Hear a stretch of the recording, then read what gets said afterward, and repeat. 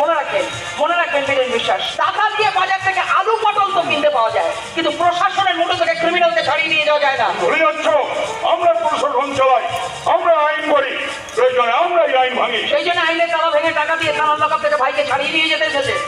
কিন্তু না, এখানে তো সেটা হবে না বীরেন বাবু, কারণ এটা চন্দনপুর থানা, আর এই থানার অফিসার হচ্ছে আমি, ইন্সপেক্টর দেবযানী দত্ত। ঠিক আছে, আমি যতদিন এখানে থাকবো ততদিন এখানে আইনের শাসনটাই চলবে। ঠিক আছে, আপনার মতো ক্ষমতার অপপ্রয়োগ ব্যবহারকারী ক্রিমিনালদের মাতব্বরি এখানে চলবে না, আমি চলতে দেবো না। বাজবে না কালি, এই মহিলা বেশি দিন টিকবে না। কি বলেন আপনি? তোমার স্বামী সুদীপ দত্তর মতো তুমিও খুব তাড়াতাড়ি ওপরে চলে যাবে। ভয় দেখাচ্ছেন বীরেন বিশ্বাস, থানায় দাঁড়িয়ে আপনি আমাকে ভয় দেখাচ্ছেন। তাহলে আমি আপনাকে একটা কথা বলছি, একটু কান খুলে ভালো করে শুনে রাখুন, মন দিয়ে শুনবেন কিন্তু, ঠিক আছে? একদম মন দিয়ে শুনবেন।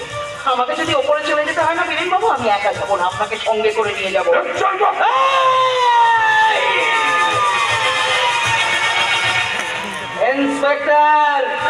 ইন্সপেক্টর দেবযানী দত্ত, আমার হাজবেন্ড সুদীপ দত্ত এখানে এই থানায় যেটা করতে পারিনি, এবার আমি সেটা করে দেখাবো। আপনাদের দাদার ভাই দুটোকেই ছবি করে মালা পরিয়ে দেওয়ালে ঝুলিয়ে দেবো। কি বলেছি কানে গেছে? দাদা ভাই দুটোকেই ছবি করে মালা পরিয়ে দেওয়ালে ঝুলিয়ে দেবো। আপনার সবকটা বেআইনি ব্যবসার দোকানে আমি এবার তালা লাগিয়ে দিয়ে ছাড়বো। মরার আগে এই চন্দনপুর থানায় আমি আমার একটা চিহ্ন রেখে দিয়ে যাবো। ঠিক আছে, আপনার ওই সমাজ বিরোধী চোরাকার বাড়ি আর আপনার ওই সন্ত্রাস সৃষ্টি করা বাইক বাহিনী মেরে ভেঙে হাত পা গুঁড়ো করে রেখে দিয়ে যাবো। আর পর হবো ইতিহাসের পাতায় একটাই নাম জলজল করবে, ইন্সপেক্টর দেবযানী দত্ত।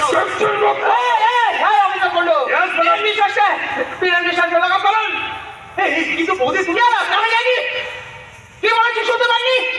ও একটু আগে হাত পেতে 10,000 টাকা ভিক্ষে নিচ্ছিলেন ঘুষ হিসেবে, তাই না?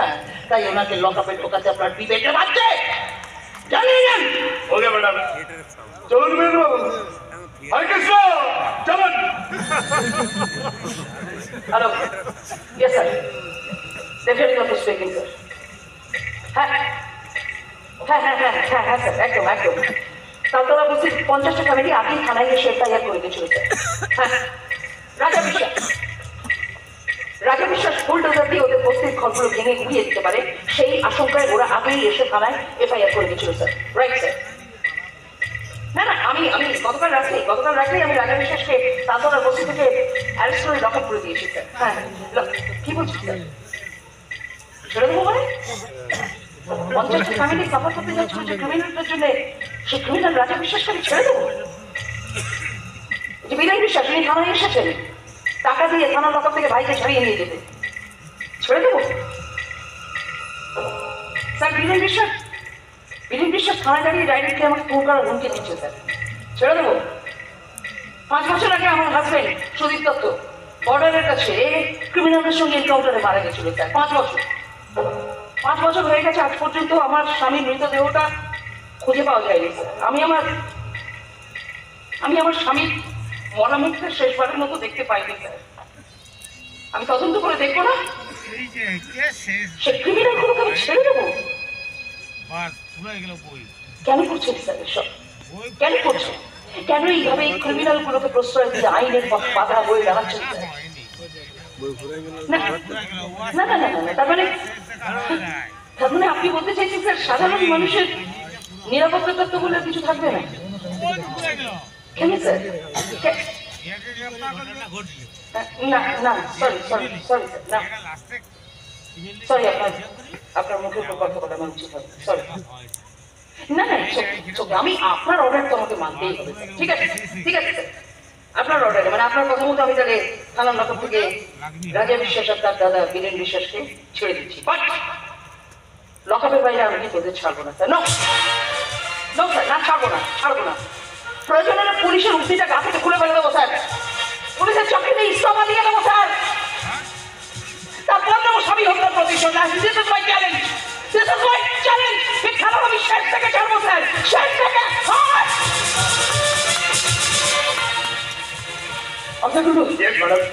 রাজা বিশ্বাসকে লকআপ থেকে বের করে আমি জানি।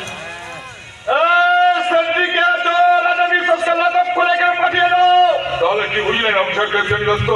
আমার এই হাতটা কতটা লম্বা বুঝলেন তো? তুমি একা কি করবে? যদি নিজের ভালো চাও আমাদের সঙ্গে আপোষ করে চলো, চাকরি করো, মাসে মাসে মোটা টাকা মাইনে নাও, উপরি কামাতে চাইলে আমরা তো আছি, যা দেবো পকেটে ভরে নাও, একটা ইনস্টাগ্রাম জব করে যাও, ব্যবস্থার অন্তরালে অব্যবস্থা কুড়িয়ে নাও বস্তা বস্তা। এখানে চল আমরা গাড়ি থেকে বসি, না মানে ওই রাজার জন্য বসি। চল। ও ভালো কথা, আজ এখানে যে নাটক তুমি করলে দেবচারী, তারপর তোমার ননদয় বর্ণার সময় রাজার দিয়ে দেবো কিনা সেটা আমি ভেবে দেখবো। কথা তোমার শ্বশুরমশাই ওই অভিনয় দপ্তরে শুনিয়ে দেবো, কেমন? চলে গেলে কালীশঙ্কর, আমি তোমাকে আগেই বলেছিলাম রাজাকে অ্যারেস্ট করো না, সমস্যায় পড়বে। এখন রাজা দাদা যদি পর্ণাকে ভাই বউ করে ঘরে না তোলে তখন তুমি তো আছো কালীশঙ্কর, তুমি তুমি তুমি পর্ণার দায়িত্বটা নিতে পারবে না? পর্ণাকে বিয়ে করে ওকে স্ত্রীর স্বীকৃতি দিতে পারবে না? পর্ণা তো আমাকে চায় না, তাই তাই সে আমাকে ভুলে ওই রাজার হাত ধরেছে। সেটা পর্ণার ভুল, মতিক্রম। তুমি তুমি যে ভালোবাসার শিকড়ে পর্ণাকে বেঁধেছো, সেই শিকড় থেকে পর্ণা কোনোদিনও বেরিয়ে আসতে পারবে না। হ্যাঁ, আমি মানছি ভালো থাকার লোভ ওকে সাময়িক করেছিল, এটা সত্যি কথা, কিন্তু আমি এটা বিশ্বাস করি। তুমি যদি অন্তর থেকে পর্ণাকে একবার ডাক দাও, সে ডাক পর্ণা করে ধরতে রাখতে পারবে না। শুধু তাই না, আমিও এটা অন্তর থেকে বিশ্বাস করি।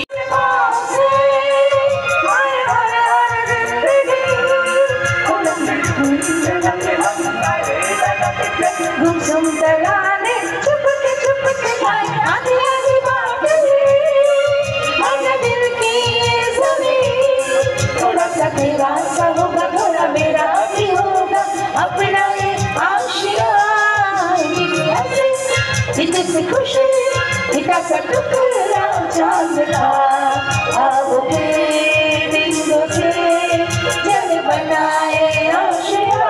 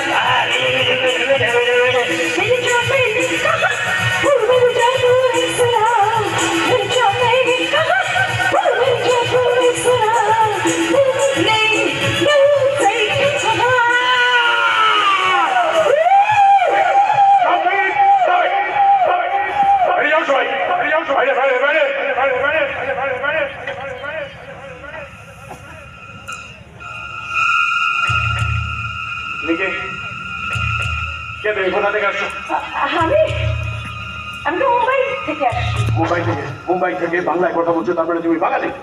বাঙালি মানে আমার জন্ম তো দক্ষিণবঙ্গের বর্ধমান জেলায়, কিন্তু বর্তমানে আমি কর্মসূত্রে মুম্বাইতেই থাকি। কাকে দেখছি যে হুবহু কেমন একেবারে দেবযানীর মতো দেখতে, সেই চোখ সেই না না, তা কেমন করে হবে? দেবযানী তো ছিল কলকাতার মেয়ে, ওর বাবা ছিল কলকাতা বিশ্ববিদ্যালয়ের অধ্যাপক, শিক্ষার অহংকারে মানুষের মাটিতে পা পড়তো না। আচ্ছা দেখছেন তো এখন পুলিশে চাকরি করে। হ্যালো, কিছু বলছেন? মানে বলছিলাম, দেখো তোমার মতো দেখতে, হুবহু তোমার মতো দেখতে আমার আমার একজন পরিচিতা ছিল, না ঠিক ছিল বলবো না, এখনো আছে। আচ্ছা দেখো অবিকল তোমার মতো দেখতে, আচ্ছা। চোখে মুখে চেহারা ধরনে আশ্চর্য। আরে না না না না, এটা আশ্চর্য হওয়ার কি আছে দেবরাজ বাবা? আমি তো শুনেছি পৃথিবীতে এরকম নাকি 7 জন পুরুষ আর 7 জন নারী হয়, মানে আছে অলরেডি, যাতে নাকি হুবহু একই রকম দেখতে, চেহারা গড়ন, মুখের আদর, এমনকি অনেক সময় আশ্চর্যজনক ভাবে কণ্ঠস্বরটাও নাকি একই রকম হয়ে যায়। আমি হয়তো তাদেরই ভেতরে কেউ একজন হবো। তাই হবে হয়তো, তাই। আচ্ছা বলছিলাম তুমি আমার সঙ্গে কাজ করবে? না না না না, মানে আমার, দেখুন আমি একজন ডান্সার, প্রফেশনাল ডান্সার, ডান্স টুক নিয়ে দেশে বিদেশে ঘুরে বেড়ানোটাই আমার প্রফেশন, মানে এটা করেই আমি পয়সা রোজগার করি। তাছাড়া মুম্বাইতে আমার একটা ডান্স স্কুল, মানে নাচের স্কুলও আছে। না তুমি একটু বোঝার চেষ্টা করো। দেখো আমার এই আশ্রমে প্রত্যেকদিন বহু ভক্তের সমাগম ঘটে, আচ্ছা, কিন্তু বর্তমান প্রজন্মের ছেলে মেয়েরা খুব একটা আসে না। খুব খারাপ। আমি ওদের সবাইকে আশ্রমমুখী করে তুলতে চাই। আজকের জন্য দরকার বিনোদন। বেলা বসবে শিক্ষা প্রতিষ্ঠান, সাধারণ মানুষ জানবে এখানে শিক্ষা প্রতিষ্ঠান চলে, কিন্তু রাতে বসবে বিনোদনের আসর। আর সেই আসরের প্রধান আকর্ষণ নাকি সেই ভদ্রমহিলাকে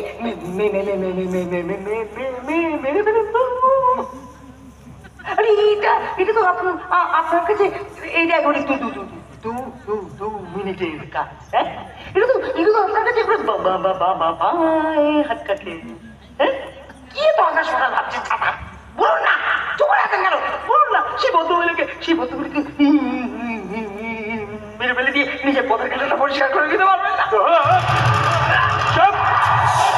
সম্বন্ধে একটা বাজে কথা বললে তোমার চিপ টেনে ছেড়ে দেবো আমি। দেবযানীকে আমি কিছু চাই। পারবো না। দেবযানীকে না পাওয়ার যন্ত্রণা আমি মেনে নিয়েছি, কিন্তু দেবযানী পৃথিবীতে নেই। সহ্য করতে পারবো না, কিছুতেই সহ্য করতে পারবো না। পাগল হয়ে যাবো, একটা জাস্ট ম্যাচ। পাগল বোঝো, পাগল মনের তলে তাদের পাতা উমরে মরে আঁকড়ে ধরে বুকে কুড়ি মেরে আসছে তেরে, বুকে কুড়ি মেরে আসছে তেরে, সব দূরে তার নীরব হাতিয়া, সে আসে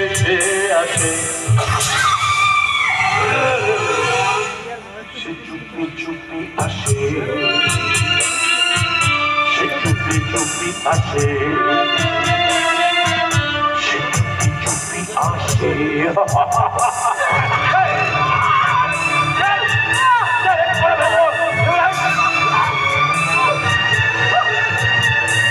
রাস্তা শুনশান, অন্ধকারের হাত ছাড়ি, রক্তের তৃষ্ণা থামবে না কোনদিনও জানি।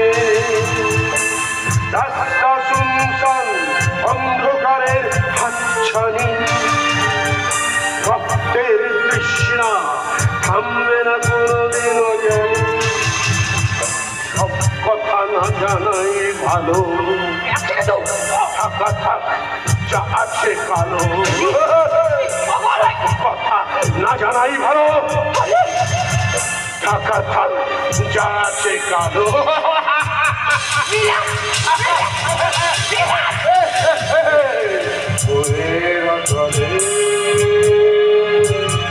কানের পাতা ঘুমরে মরে আঁকড়ে ধরে,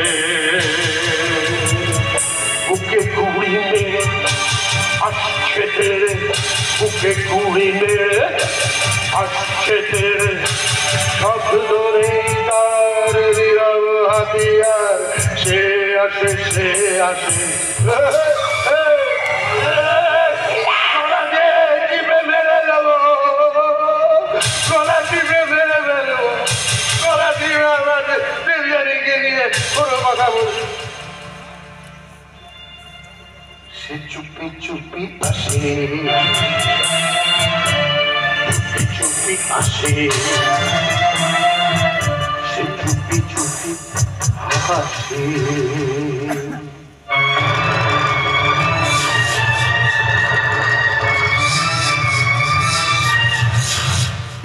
মাই গড, এটা কাকে দেখলাম ভাই? এটা পুরোপুরি একটা মানসিক রোগগ্রস্ত লোক হয়ে গেছে, ফুললি সাইকো পেশেন্ট। এরকম লোক পৃথিবীতে আছে এটা কিন্তু আমার সত্যি জানা ছিল না, আমার কোনো অভিজ্ঞতাই ছিল না। এটা কি করে সম্ভব? হ্যাঁ, 15 বছর ধরে পাগলের মতো একতরফা ভালোবেসে আসছে এই মানুষটা আমাকে, কিন্তু আমি তো কোনোদিন একটু ভালোবাসি, মানে প্রশ্নই উঠছে না। সেই একটা দিনই দেখা হয়েছিল, অপমান করে বাড়ি থেকে বের করে দিয়েছিলাম, তারপরে এই লোকটার কথা আমার ভাবনাতেই কোনোদিন আসেনি। এটা কি করে সম্ভব? আশ্চর্য, সত্যি আশ্চর্য। আরে এত কোটি কোটি টাকার সম্পত্তির মালিক হয়ে যদিও সবটা অসৎ পথে উপার্জন, কিন্তু ভালোবাসার প্রতি মানুষটা কি অসম্ভব সৎ, এটা মানতেই হবে, নিশ্চয়ই সৎ। একদিকে আমার জন্য বুকের ভেতরে জমিয়ে রাখা ভালোবাসার সঙ্গে যেন কোন রকম প্রতারণা হতে দেয়নি, না হতে দেয়নি। তেমনি আবার অন্যদিকে আমার জন্য আমার বিরুদ্ধে ওর মনের ভিতরে প্রতিহিংসার আগুনটাকে ও নিচে যেতে দেয়নি, ওটাকে দাউ দাউ করে জ্বালিয়ে রেখে দিয়েছে। আর যে কোনো মুহূর্তে সুযোগ পেলেই ওই প্রতিহিংসার আগুনে আমাকে পুড়িয়ে মেরে দেবে এই লোকটা, মানে